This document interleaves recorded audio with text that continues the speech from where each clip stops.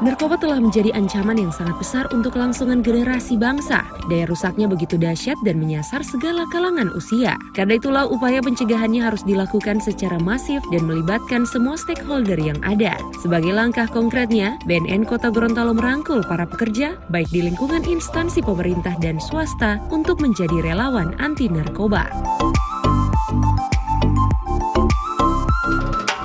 Hal ini terlihat Jumat kemarin di salah satu ballroom hotel di Kota Gorontalo, di mana BNN Kota Gorontalo menggelar workshop serta pembentukan penggiat anti narkoba di lingkungan instansi swasta. Dan kegiatan tersebut dibuka langsung Kepala BNNP Gorontalo. Pembentukan relawan di kalangan pekerja swasta ini dinilai menjadi salah satu langkah strategis sehingga mereka nantinya menjadi mitra BNN untuk melakukan upaya penanggulangan narkoba di tempat kerjanya masing-masing. Adapun kegiatan ini dihadiri langsung Kepala BNNP Gorontalo, Kepala BNN Kota Gorontalo, para pimpinan di lingkup BNN Kota Gorontalo, serta diikuti 20 orang peserta calon penggiat anti narkoba di lingkup swasta. Kepala BNN Kota Gorontalo mengatakan kegiatan ini bertujuan untuk meningkatkan sinergitas program melalui pemetaan calon penggiat anti narkoba untuk meningkatkan kapasitas dalam upaya pencegahan dan pemberantasan narkoba. Kejahatan narkoba merupakan kejahatan luar biasa, terorganisir dan bersifat lintas regional, sehingga harus berantas dan ditangani secara masif, komprehensif dan lintas sektoral. Permasalahan narkoba yang sudah merambah menjadi ancaman untuk berbagai elemen masyarakat perlu disikapi dengan tegas oleh semua pihak dengan melakukan berbagai upaya pencegahan, pemberdayaan masyarakat, rehabilitasi dan pemberantasan narkoba sampai ke akar-akarnya.